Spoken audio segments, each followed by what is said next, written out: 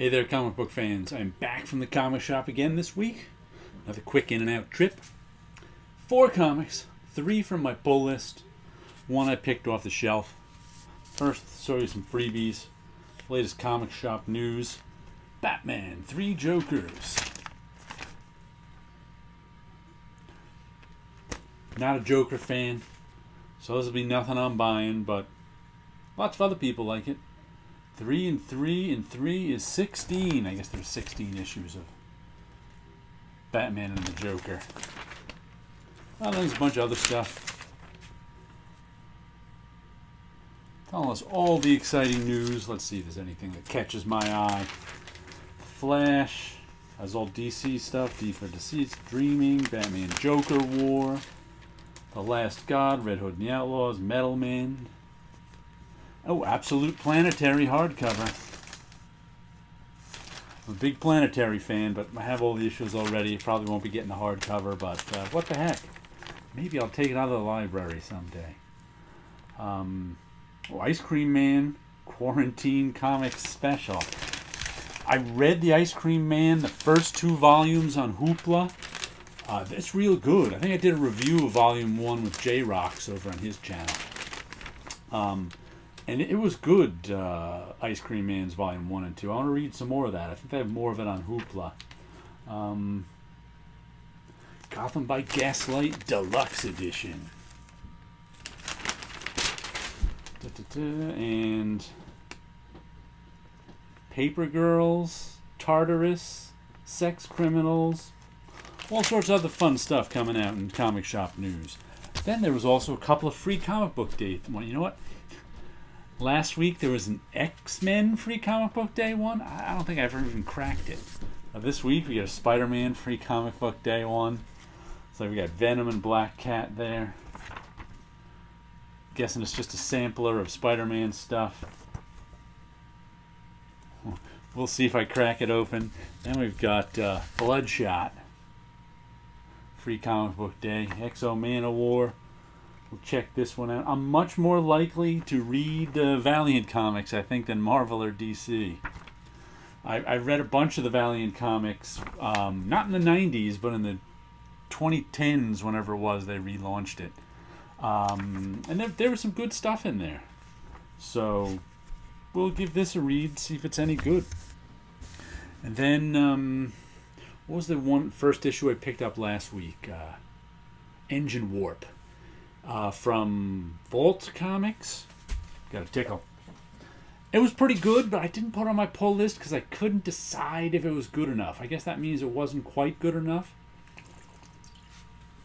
But if they happen to have an issue 2 of it come in, and I have not much on my pull list, I might pick up issue 2 of Engine Warp, but probably more likely I'll never see issue 2 if I don't put it on my pull list. But this week's one to try out is Bliss #1. Look at that oversaturated. Or is that just that's oversaturation? That's oversaturation, which makes it wavy, plus the lines on it. Sean Lewis, Caitlin Yarsky. I have no idea what it's about. You can see more of the oversaturation and those waves in the paper. Some bad production. Don't know what it's about. Was looking for a 4th book to pick up. This one looked okay. Not great, but okay. Well, now I'm flipping through it. It looks awfully dark. Cover's kind of cool. If it wasn't so wavy. But we'll give that one a look. Which reminds me, I kind of talked about this on Howler Mouse's channel and our Cavern of Chaos show we did it last Saturday night. But did anybody see that news that the Walking Dead is going to be publishing Walking Dead in color? And the question I had about it was, who's going to be buying it? I mean the weekly comic. Bi-weekly comics coming out twice a month. And they're starting from issue 1, and they have like they said they had like 2,000 pages colored already out of the 4,000. But my question is, who's going to be buying the monthly issues of Walking Dead in color, because that's kind of up my alley. I actually might have bought them, except there's 2 a month and they're $4 a piece. So that would be like two of these comics I couldn't buy or try out. And anybody who's a Walking Dead fan and wants to see it in color, I assume is going to wait for the collections. They said the collections won't be out for a while, whatever that means. I bet that means sooner rather than later, especially since they're publishing the comic twice a month. That means they want the collections out quickly. Otherwise, they'd be publishing them once a month. But I was just contemplating that. I was like, who's the audience for this? Who's going to be buying Walking Dead reprints monthly? I mean, I buy the Usagi Yojimbo color reprints monthly, though there's only 7 issues of it. But that's only $4 a month, and it's Stan Sakai. So I actually would be the audience for this. If it was 1 a month at $3 a pop, I might actually buy The Walking Dead and reread it in color monthly. But I'm not gonna, because it's not $3 a month, it's $8 a month. And I'm also wondering, like, are the same key issues gonna be key issues in the reprint series? Like First Michonne, Walking Dead issue, what is that, 18 or 19? Is that gonna be worth more than the issue before and after it? Just like in the regular Walking? I find that an interesting idea. I don't know if, like, reprint First Michonne will be worth twice as much as the reprint of the next issue and the issue before that. That is yet to be seen, but I wonder how long it's even going to last. Do you think they'll make it to 50 issues of Walking Dead Deluxe before they just give up and print it as trade paperbacks? I don't think they're going to make it. My over-under would be 50 issues. I think that at two a month, that's what, 24 a year. So that's just over 2 years they'd have to publish. I think if the over-under is 50 issues, I'm going to bet the under on that. But like I said, I was just wondering who is the audience for $4 twice a month Walking Dead color comics. I don't know.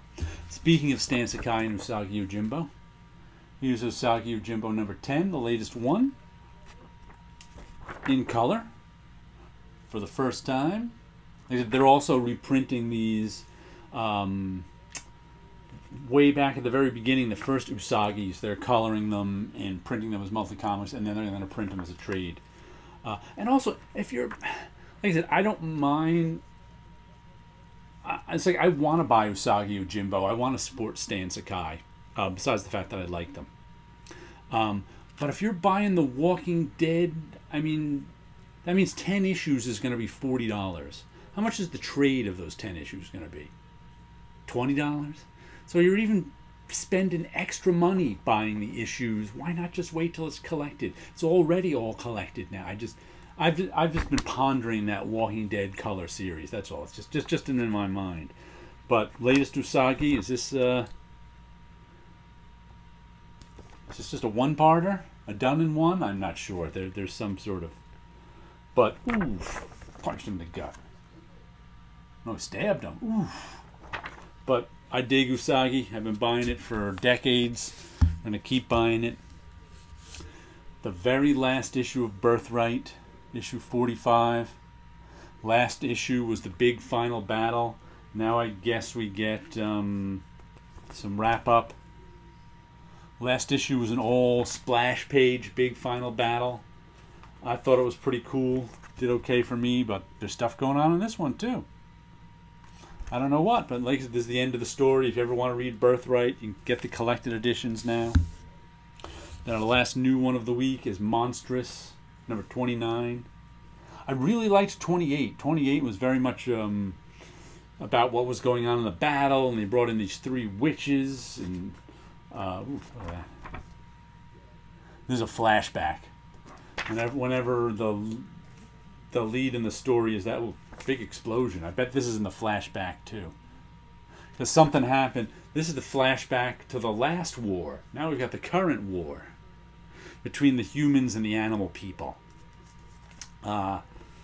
And like this is all real coming to a climax after we had a lot of issues of kind of build up and adventure and stuff going on around this big war. Now we've got the big war going on, and it ends all the adventure stuff. People got to survive this war. So Monstrous has been excellent. I really enjoyed issue 28, so I'm looking forward to issue 29. Oh, and this is the comic that's been in my top of my printer in my art section, where I lay one comic down to kind of look at the cover all week in my gallery section there. This is a J. Lee Catwoman 35. Back when DC Comics were still $2.99, December 2014. I don't think I've bought any Marvel or DC Comics in the last 4 or 5 years just for their cover. Because at $4, $5, $6 a pop, it's way too expensive to buy a comic just for their cover. Just for the cover, I'll stick to the ones I already have, or else buy new ones. Like that Vault comic I bought, Engine Warp. I liked the cover on it, so even if I don't continue collecting the comic, that'll go into my bought just for their covers section. Then I haven't been reading a whole lot of comics this week. I finished up Grimjack issues 1 through 22 and 43, which I had for some reason. I'm still reading Invincible, but I'm still on volume 7 like I was last week. I just haven't picked it up much. I think I've been doing other things this week, but I did finish Showcase, The House of Mystery, volume 2. And this, I just pick up and read a story every now and then. So I've been reading this for 2 months. It's the black and white House of Mystery stuff. And I've had this on my shelf. I think someone gave this to me back in like 2007 or 2008. And it's just, finally, I was like, you know what? Let's just bring this out and have it sit there. There's a rights in there. And I'll read a story here and there. And that's what I ended up doing. Lots of nice Mike Kaluta covers. Lots of nice Bernie Wrightson stuff. Lots of good art from a lot of the Filipino guys. Nestor Redondo.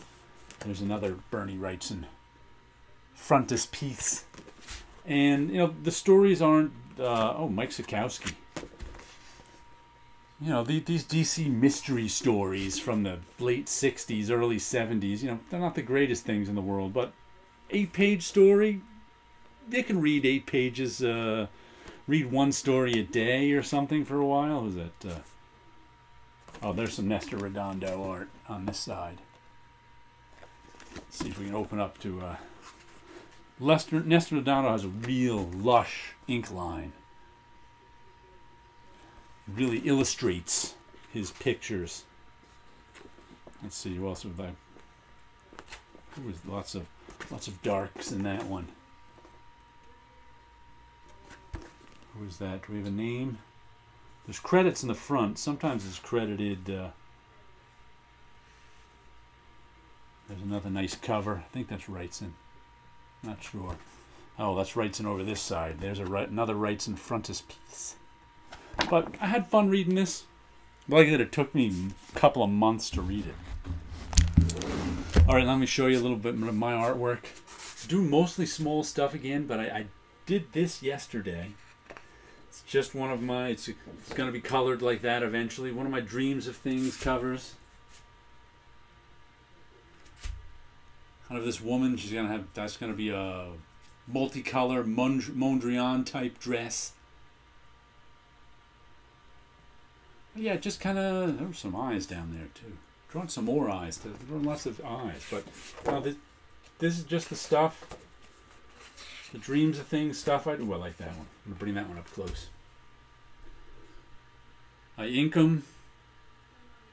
I marker color them. Oh, and I don't usually put color up top of the logo, but I did on that one. There's the type Mondrian type dress I was talking about, of the multicolors. So there's another one ready to go. I'll put that in my bin. Here's my... This is my case I have of stuff that's ready to go in here. When I feel like inking, penciling, coloring something, I pull something out of that case. That's what it's for. Alrighty. So you guys all have a good week out there.